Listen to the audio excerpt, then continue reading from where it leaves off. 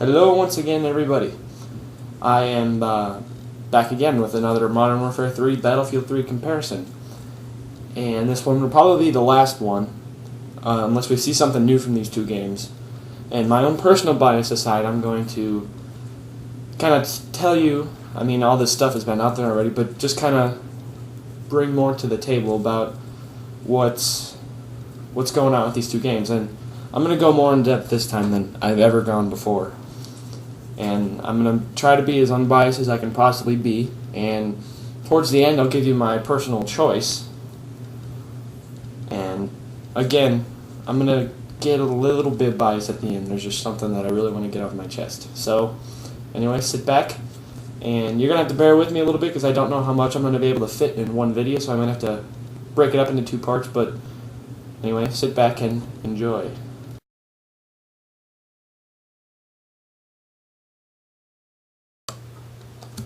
Disappointing to myself and many Call of Duty fans is the fact that Modern Warfare 3 will run on a tweaked Modern Warfare 2 engine.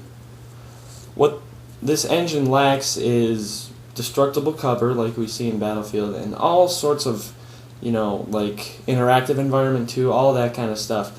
But the way it runs is smooth as silk, best as can be, 60 frames per second. That's perfect. So what it lacks in, some of the cool things like Battlefield has, it makes up for in how smoothly it runs. This isn't really a big deal to me, but I would have liked to see a new engine, because this makes the game, look the same and play. Not that playing the same is a bad thing, because, Call of Duty gameplay is one reason that I like the game so much. But I mean, it would have just been nice to see a little bit of new innovation. So this one isn't really a big deal to me, but it's just, I don't know how I feel about that. Battlefield 3 comes in with an all-new Frostbite 2 engine, which is extremely improved from Frostbite 1.5, which we saw in Battlefield 1943 and Bad Company 2. And this is the engine that gives you destructible cover, interactive environment, all the kinds of things that make it seem more like a real war simulator, which is one of the reasons that I like Battlefield as much as I do. The Modern Warfare 3 campaign will most likely be short, which we've come to expect from the Modern Warfare series. I heard rumors earlier this year, back in March and April, that DICE was going to give us a campaign that could pass 12 hours. And that is a lot. To keep players interested, there had better be a lot of action involved. This campaign I'm expecting to be one of the most realistic, campaigns we've seen in a long time. Not just out of Battlefield, but I'm talking war simulators. It'll hopefully make you feel more like a real soldier. But we're just going to have to wait and see.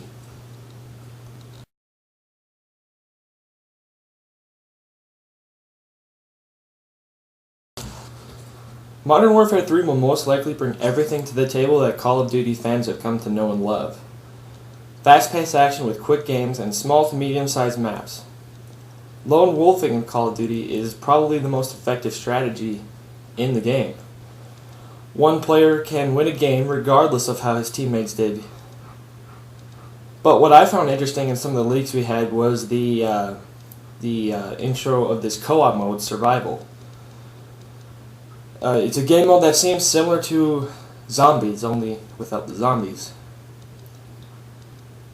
And, oh, by the way, it has been confirmed that there will be no stopping power or one-man army, which may excite some former Modern Warfare fans. I know when I heard that, I was like, yes!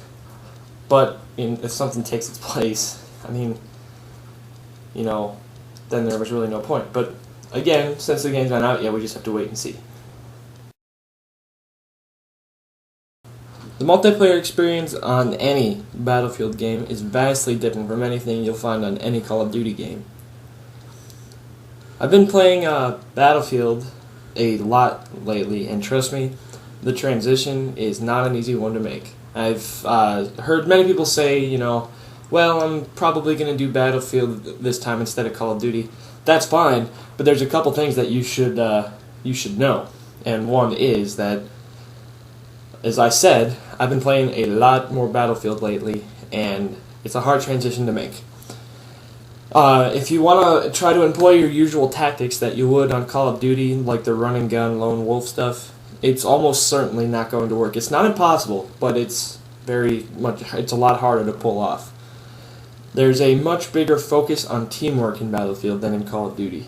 The maps on Battlefield are huge, and from what DICE has said, they're only getting bigger for Battlefield 3. This makes the prominence of vehicles very important. Use of cover in Battlefield is also very important. But just remember, if you're coming from Call of Duty, that cover isn't going to be there forever. Destructible environments is just one thing that sets it apart in multiplayer from Call of Duty. Did I mention there will be jets in Battlefield 3?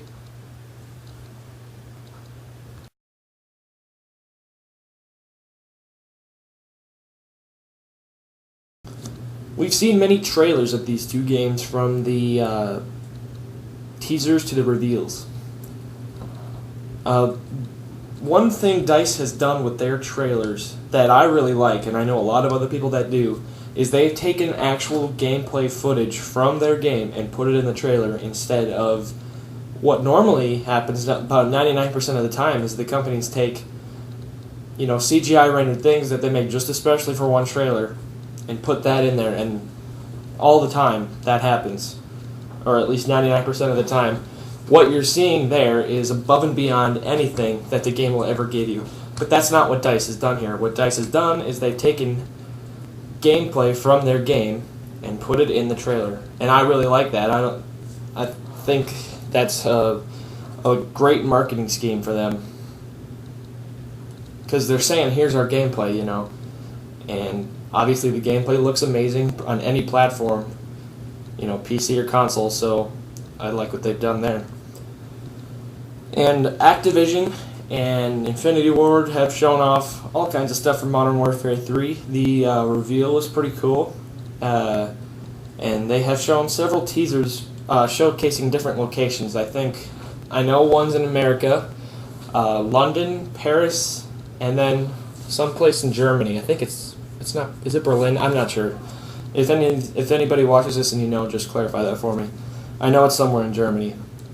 These trailers are fairly similar, and they're all pretty short, but they set the stage for Modern Warfare 3 pretty well. I'm looking forward to both of these games, no doubt, and will be getting both. But let's just come up with a situation here. Someone has a gun pointed at my head and told me I had to pick one. To be honest, I'd have to say Battlefield 3. Just because the teamwork, the style of play, and the realistic feel that you get when you play it is pretty nice for me right now. The arcadey, run and gun, lone wolf, Call of Duty stuff isn't doing it for me right now. Sometimes I get that feeling where I'm just like, you know what? I just want to go play a game, just run around like a chicken with its head cut off, killing people, and that's when I go to Call of Duty.